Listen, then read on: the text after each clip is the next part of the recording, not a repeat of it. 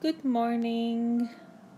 Welcome to another lesson with art on a card. Today we're going to look at the element of design value. Value is the lightness and darkness of a hue or neutral color, the gradations of light and dark in a two-dimensional artwork and on the surface of three-dimensional objects. So value can be achieved by shading or by mixing colors. You can also achieve various values in sculpture when you have different kinds of textures. It is about how the light hits the surface and comes back at you. Um, Today we're going to be doing some different techniques for shading. The first one is probably one of the hardest because you are going to have to be shading in such a manner that you create this smooth effect. Um, it is the smooth transition from very dark to the white of the paper, and this is called the sfumato technique. And basically, I want you to start on the left edge, and with the edge of your pencil, I want you to very lightly start shading. Do not press hard, even though we're going to be getting this first area quite dark, and the white of the paper will basically disappear. I still do not want you to press hard. I want you to try to get the shading done by adding more graphite to your paper rather than pressing hard and getting too much dark at once.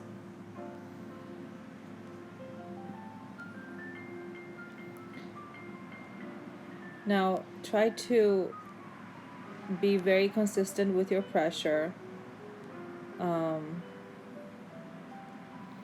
because you don't want to have any kind of bumps in this transition from dark to light.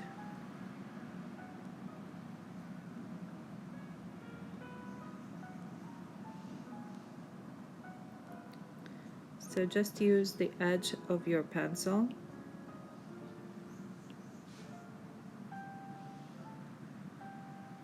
and try to hold your pencil a little bit higher up, not too close to the tip of the pencil. So here's an issue with bumps. Notice how this over here is suddenly ending. I need you to make sure that your transition from the darkest to the lightest area is done in a very, very smooth way. So don't just suddenly stop. Try to continue on. Now, the area right here is going to be perfectly white. It's going to be the white of your paper.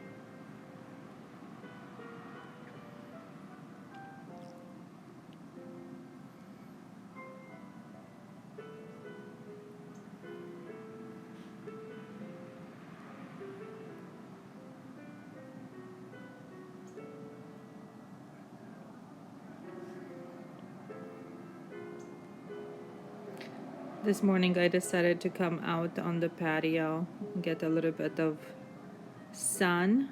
The sun is rising right in front of me, and because I spend way too much time indoors, it's always a good idea to be outside for a few minutes, especially in the morning. Get some of those sun rays. So if you hear any noises, it's the neighborhood. People waking up.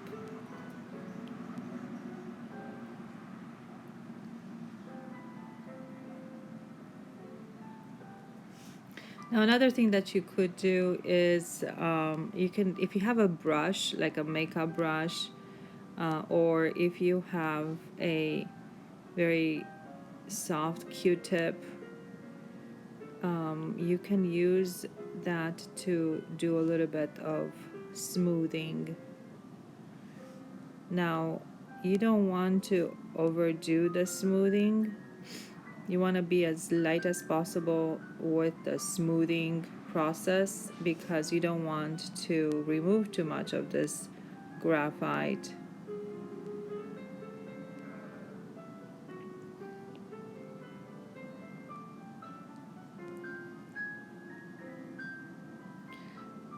Also, do not use tissues or pieces of paper because what happens when you are rubbing paper against paper, you are altering the texture of your paper, of your drawing paper, that is, and that will affect the way that it grabs onto the graphite, and sometimes that just doesn't work to our benefit.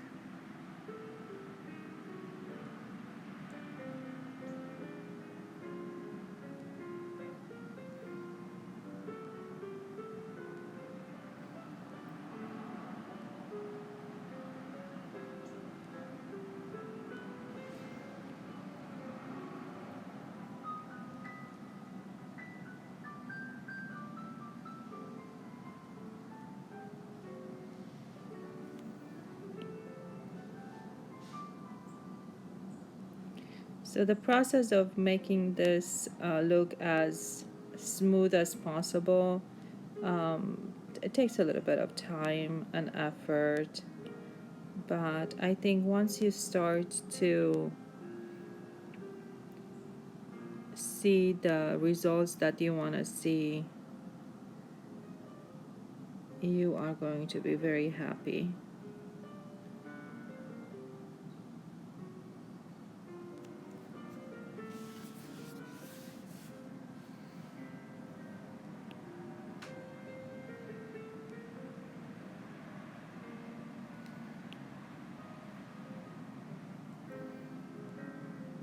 So there you go. There you have your very dark, and I could probably go a little bit even darker over here. So you go from very dark to the light of the paper. Now in the boxes below, you're going to do basically the same thing. However, each one of these boxes is going to be a value, just one value, one solid value. So this one right here, you want to add a ton of graphite. However, please do not press hard.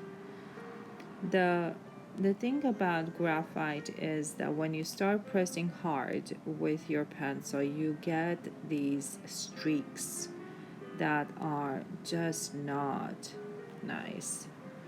So try to achieve the darkest possible value by just adding more instead of pressing hard and getting too much at once.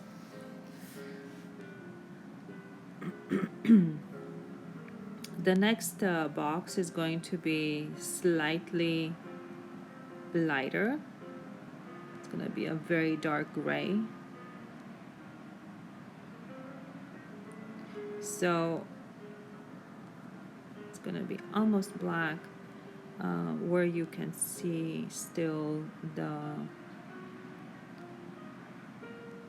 some of the white of the paper in there, as you can see it right here.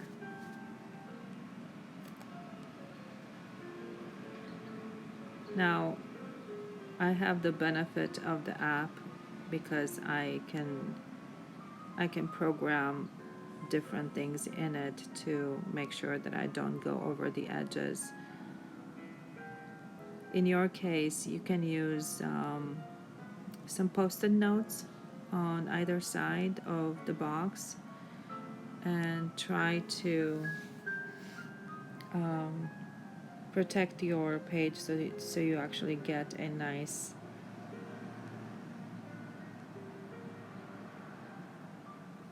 clean edge.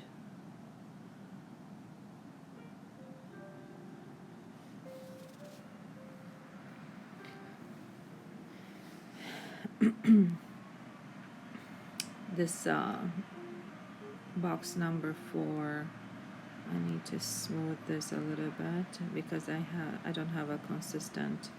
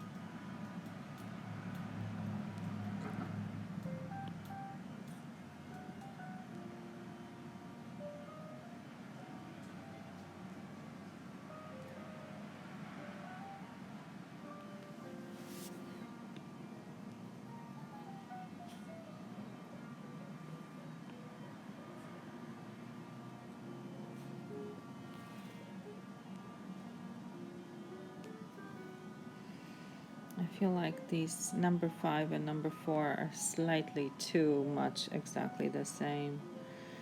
So I'm gonna try to fix this so you actually get the right and correct value that you should see in there.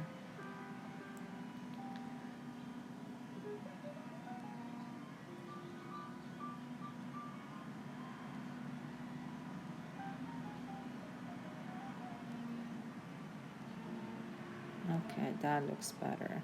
Yay. Way better. So if you run into these kinds of issues where you feel like you just got it way too dark, one way to avoid it with the pencil, that is, you can just go lighter than you would want to go, and then adjust it later. So it's best to go a little bit lighter and then adjust it later by adding, because the eraser does not necessarily do what we want it to do always. I may want to get this one slightly lighter, just a tiny incy wincy bit.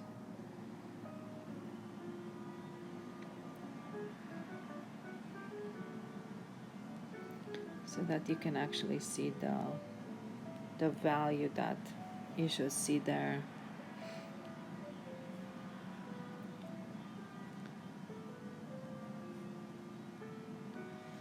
Yeah, that's good.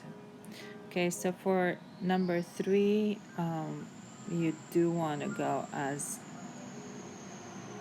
light as you can.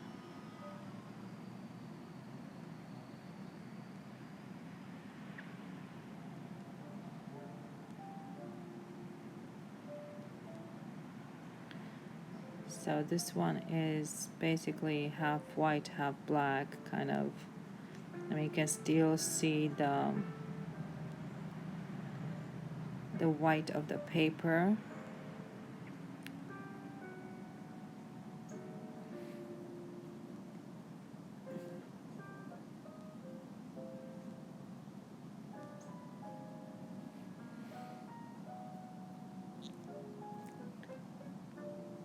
But it is actually lighter than number 4. Number 2, even lighter.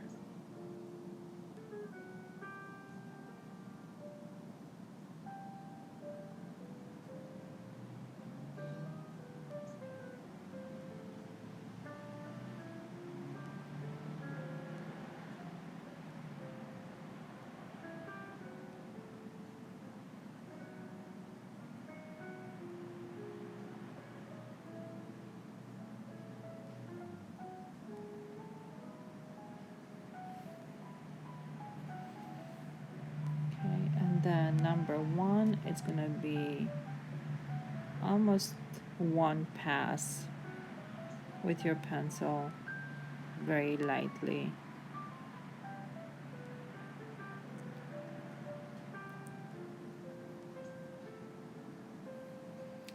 And that's how it should look. Okay. Now for the next two sections, I would like you to find a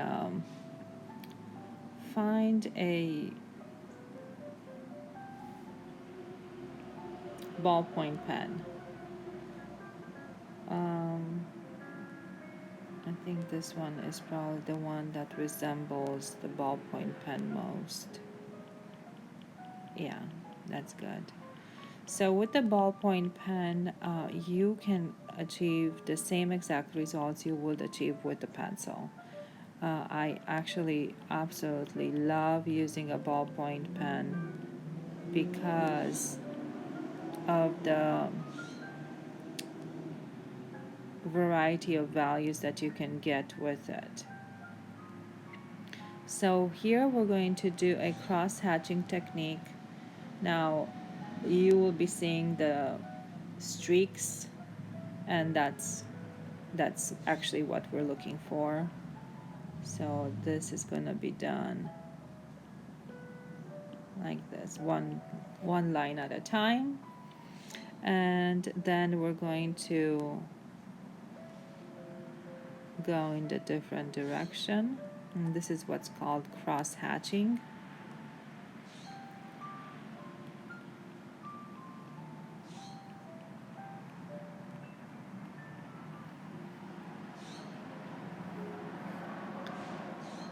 And then you go in a different direction.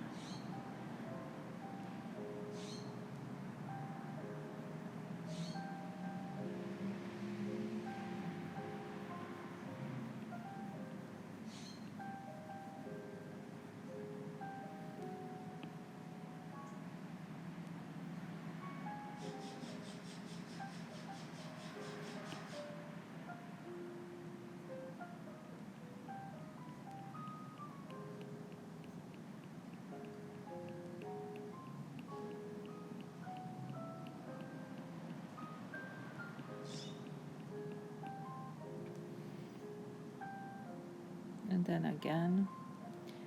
So the value is, or the value changes are achieved by adding more of these lines, this hatching.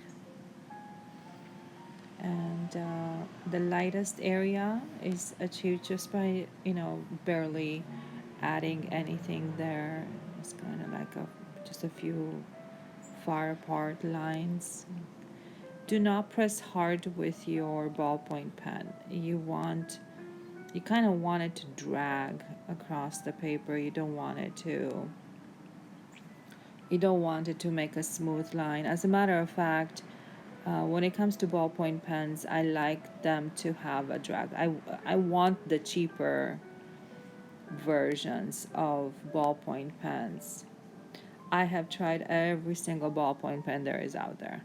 Like, I am not even kidding you. I have so many different ballpoint pens, and yet the only one that I really, really like, and I think it's the best there is, it's a color set from Pentel, yes, Pentel RSVP pens. Those are absolutely amazing to draw with because they have a bit of a drag. They don't have, the ink doesn't come out smoothly. Also, it's the only pen that does not have that ink goo that sometimes you get with ballpoint pens. Now, I'm not saying that it is eliminated entirely, but it doesn't happen as often as it does with other pens. So that's why I like those pens. And there's another pen that I really, really like, and that is the Bic multicolor pens. Those those are really good too. I have another set of 10 different colors that I bought on Amazon called Basic, Bazic. Um, that one is actually a really, really nice set. In some ways, I prefer that one more than the RSVP simply because it has the color yellow in it, and yellow is kind of hard to come by. Okay, so this one is done. And notice that this section right here, you can barely see the white of the paper, or you can't see it at all, and then you can see it a little bit as it moves towards the other side. Now in this bottom section, we're going to do this first box using stippling, and that's exactly what it is. And just like you can probably hear my pencil, my Apple Pencil. In your case, you'll be hearing your ballpoint pen, right?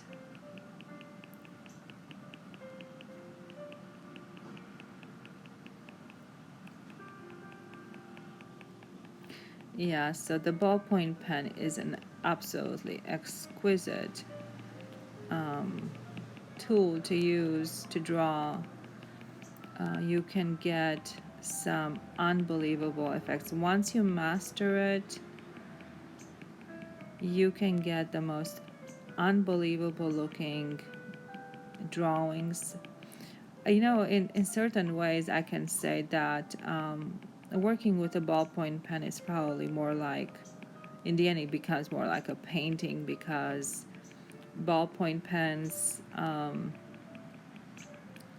have an oil based ink in it.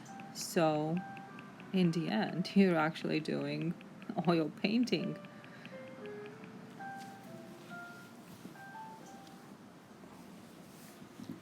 So, the stippling is going to be done very lightly, but you're going to cover this whole entire box.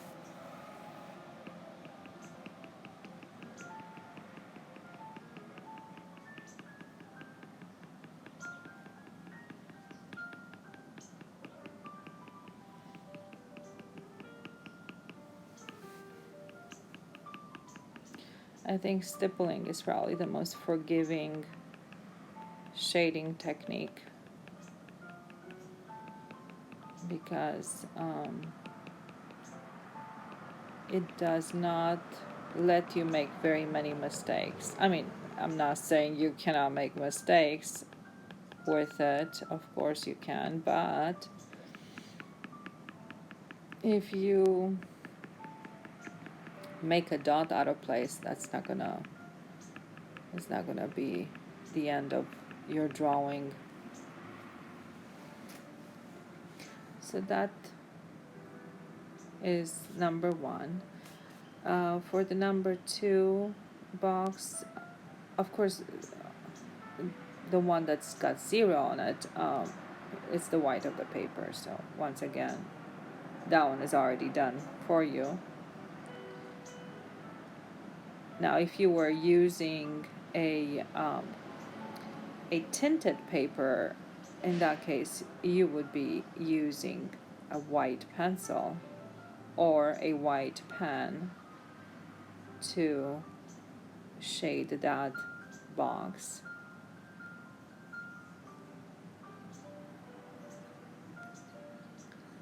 So this one is just hatching. Hatching is just lines that go in one direction. It's not crossing. So very lightly make some lines. Now, one thing that you should get into the habit of doing is squint. When you squint, you should see the value a little bit better.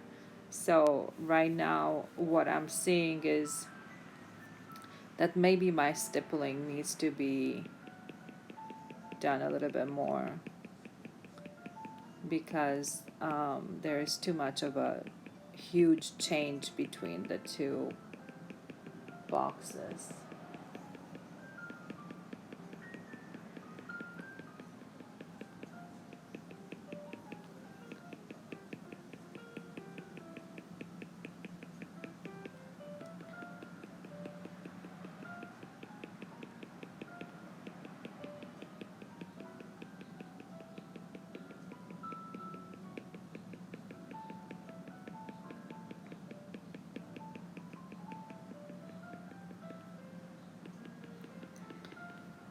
So for the regular public that comes and watches these videos, um, I just want to let you know that these videos are meant for the beginning student. You can be in high school, you can be in college, you can be an adult trying to pick up drawing and learning a new skill, or you can even be in an elementary class. You know, I've taught elementary, and I basically taught the same lessons to all ages, of course with various degrees of um,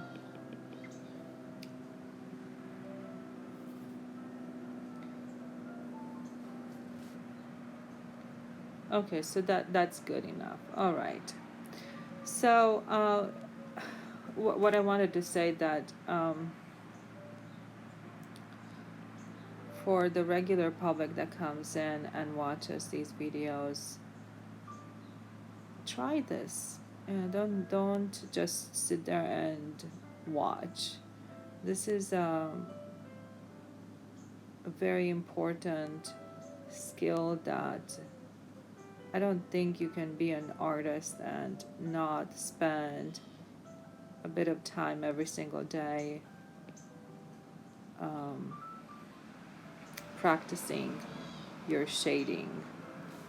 If you don't, then I don't know. You're not you're not doing yourself any favors. I think I went a little bit too dark over here, so that's what happens when you talk and draw.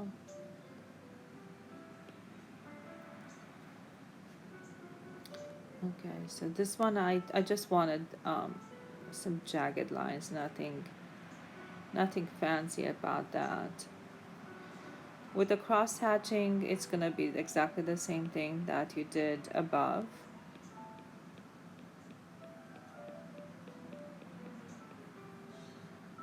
You just go in different directions and you add as many as you need to have a different value in here.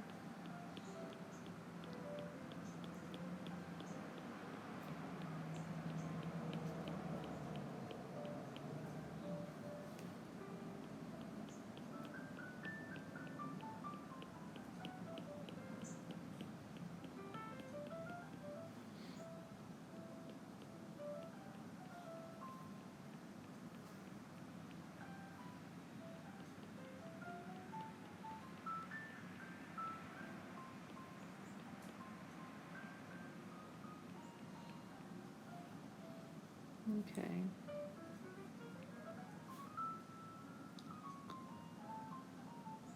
So there's the cross hatching, and I see how I'm pushing it back. This is my way of squinting for you.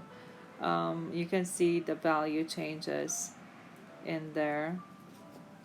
Maybe this one needs a little bit, because I probably erased too much to begin with. Yeah. a little bit too much contrast. And then this one needs a little tiny bit more on the edge, especially.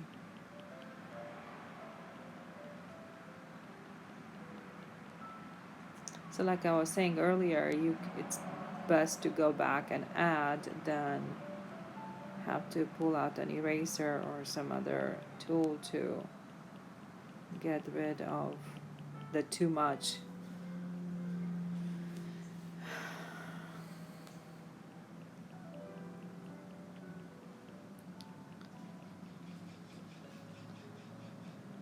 Use a post-it on the edges, and that's gonna make your life so much easier. If I was actually doing this on paper with the normal tools that I usually like to use, as much as I love Procreate and the iPad, I tell you what, there's sometimes months that go by where I don't do anything on the iPad. And then this one could probably get more stippling, but I'm not gonna do that right now because maybe I should. Okay, just a little bit. So this next one, just make some swirls. It's no big deal. It's gonna be swirls.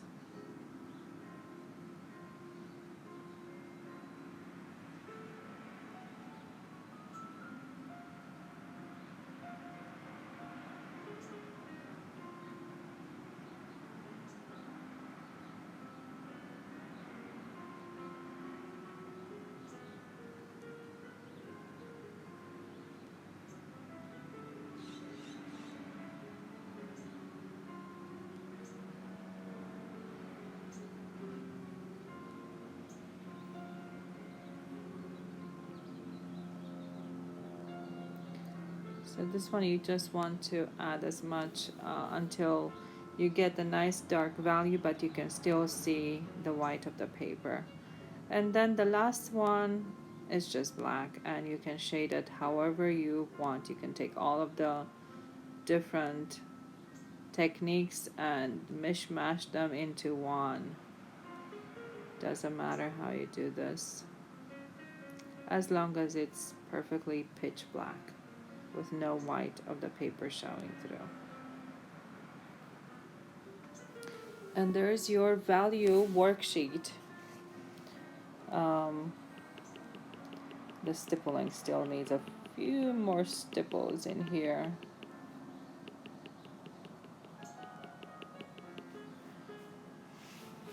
So shading is a skill, like I was saying, that is absolutely essential for drawing.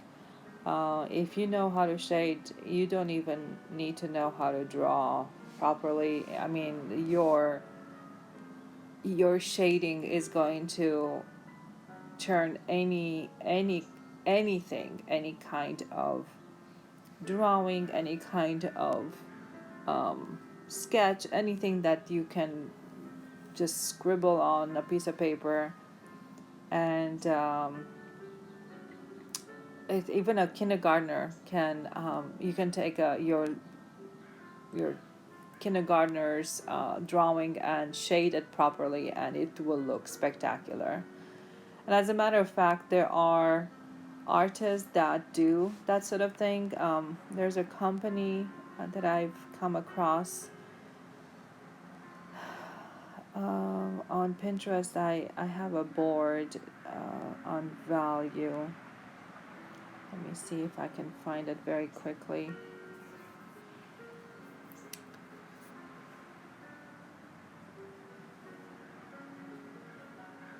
I'll show you what I'm talking about. There you go. So this company basically takes your children's drawings and turns them into super realistic type of paintings or drawings, and they're absolutely hilarious. Check that one out. It's so neat. So, like I said, you don't need to know how to draw. And if your skill level is as much as Chelsea's when it comes to drawing a monster or whatever she was trying to draw here, but then your shading technique is absolutely on point, then you can do anything, and possibilities are endless. All right, well, thank you so much for watching. I hope you have learned something. I hope that your shading is going to be as good as it can possibly get. And I will see you next time. Thanks for watching.